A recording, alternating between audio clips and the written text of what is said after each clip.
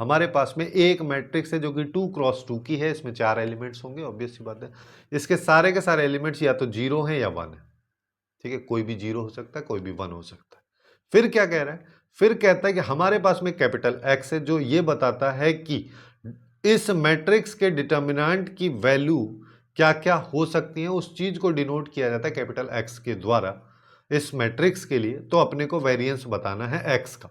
अब देखो यहां पे क्या क्या पॉसिबिलिटीज हो सकती हैं। सबसे पहला केस अपने पास में कि हमारे पास में A एक मैट्रिक्स है जिसको A11, 12, A21, A22 ले लो, या फिर ऐसा करो इसको अल्फा बीटा गामा डेल्टा ये सब ले लो। अब यहाँ पे जो है अल्फा बीटा गामा डेल्टा है, यानी कि अल्फा बीटा गामा डेल्टा, इन सब की वैल्यूज या तो 0 होगी या 1 होगी, किसी की भी 0 हो सकती है, किसी की भी 1 हो सकती है।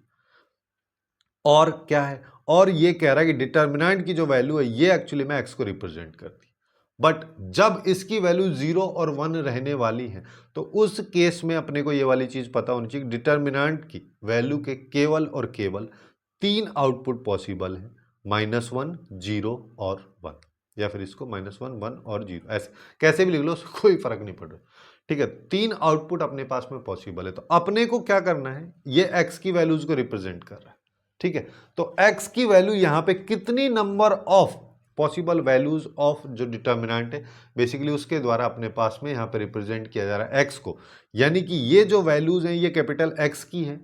तो कितनी नंबर ऑफ मैट्रिसेस ऐसी बनेंगी जिनके डिटर्मिनेंट की वैल्यू ये आ रही होगी, इन एंट्रीज के साथ में वो डिनोट किया जाएगा उसकी प्रोबेबिलिटी के द्वारा।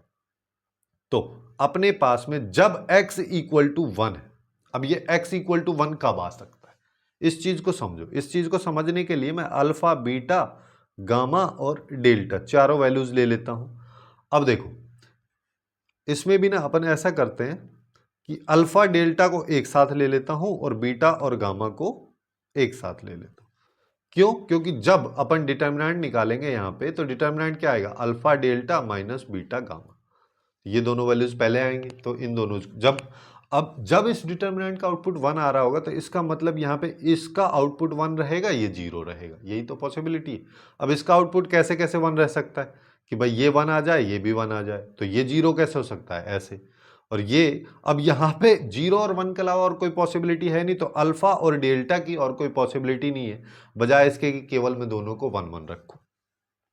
अब 1 1 में इसको रख रहा हूं तो ये 1 0 हो सकता है। और क्या पॉसिबिलिटी हो सकती है, एक ऐसा हो सकता है कि ये भी 1 हो ये भी 1 हो, ये 0 हो जाए ये भी 0 हो जाए, इसके अलावा और कोई सीन यहाँ पे बनेगा नहीं। सारे के सारे केसेस अपन ले लिए, तो टोटल नंबर ऑफ केसेस की बात यहाँ पे करोगे तो अपने पास में 3 आएगा। ऐसे ही जब x की वैल्यू -1 होगी, जब -1 होगी तो अब क्या होगा, अब ये जो लास्ट के 2 कॉलम है इनको पहले लिख दो और शुरू के जो 2 कॉलम है इनको बाद में, यानी कि मैं ये बोल रहा हूं कि अल्फा डेल्टा बीटा और गामा ये, ठीक है।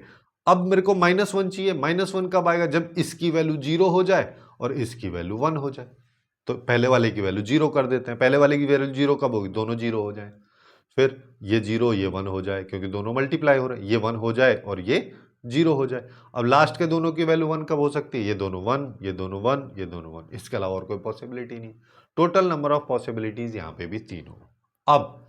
अब अपने को इसका निकालना है प्रोबेबिलिटी। तो प्रोबेबिलिटी निकालने के लिए एक चीज समझ लो कि यहां पे अपने पास में जब ये दे रखा 2 एलिमेंट्स अपने को दे रखे, तो टोटल नंबर ऑफ मैट्रिसेस यहां पे अपने पास में कितनी बनेगी, वो बनती हैं, जैसे यहां पे अगर बात करें जितने भी एलिमेंट 2 हैं तो 2, और पावर में आएगा जितने एलिमेंट इसमें पॉसिबल है ए मैट्रिक्स के अंदर। 2x2 की है तो ऑब्वियस सी बात है 4 एलिमेंट यहां पे रहेंगे तो 2 की पावर 4, यानी कि 16 टोटल अपने पास में मैट्रिसेस बनेंगी। अब जिसमें से अपने को पता है कि उन सारी के सारी मैट्रिसेस के डिटर्मिनेंट की वैल्यू -1 हो सकती है, 1 हो सकती है, 0 हो सकती है। अब उसमें से भी 3 की 1 हो सकती है, 3 की -1 हो सकती है। तो अगला वाला केस बचा जब x इक्वल टू 0, तो x इक्वल टू 0 को निकालने की जरूरत है नहीं क्योंकि 3 यहां से हो गई 3 यहां से हो गई, टोटल 16 है तो ये बची 10। अब हमको निकालना है सबका प्रोबेबिलिटी। तो प्रोबेबिलिटी इसका निकाल लो जब x इक्वल टू 1 है तो यहां पे आएगा 3/16। ऐसे ही इसका निकाल लो जब x इक्वल टू -1 है तो इसका भी आ जाएगा 3/16। और इसका निकाल लो जब x इक्वल टू 0 है, तो यह आ जाएगा 10/16।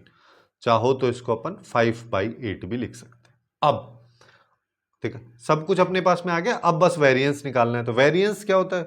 वही प्रोबेबिलिटी वाला केस है, तो सिग्मा पी आई एक्स आई का square minus summation of sigma P I. इसको सॉल्व कर लेंगे बस। तो पी आई की वैल्यू, सबसे पहले पी की वैल्यू ये वाले ले लो। चलो यहां से चलते हैं। 3/16, 3/16 के साथ में 1 का स्क्वायर प्लस अगले वाला 3/16 के साथ में -1 का स्क्वायर आ जाएगा। फिर इसके बाद में है 5/8 इसके साथ 0 का स्क्वायर। उसका तो कोई मतलब ही नहीं बन रहा है। ठीक, इधर फिर आ जाओ। फिर क्या करना है? 3/16 के साथ में एक बार 1 है, फिर एक बार 3/16 के साथ -1 है, फिर यहाँ पे 5/8 के साथ में 0 मल्टीप्लाई। इसको देखोगे तो ये तो गया 0 में, ये एक पॉजिटिव एक नेगेटिव, ये अल्टीमेटली पूरा पूरा 0 हो जाना है। ठीक है, ये 0 हो गया।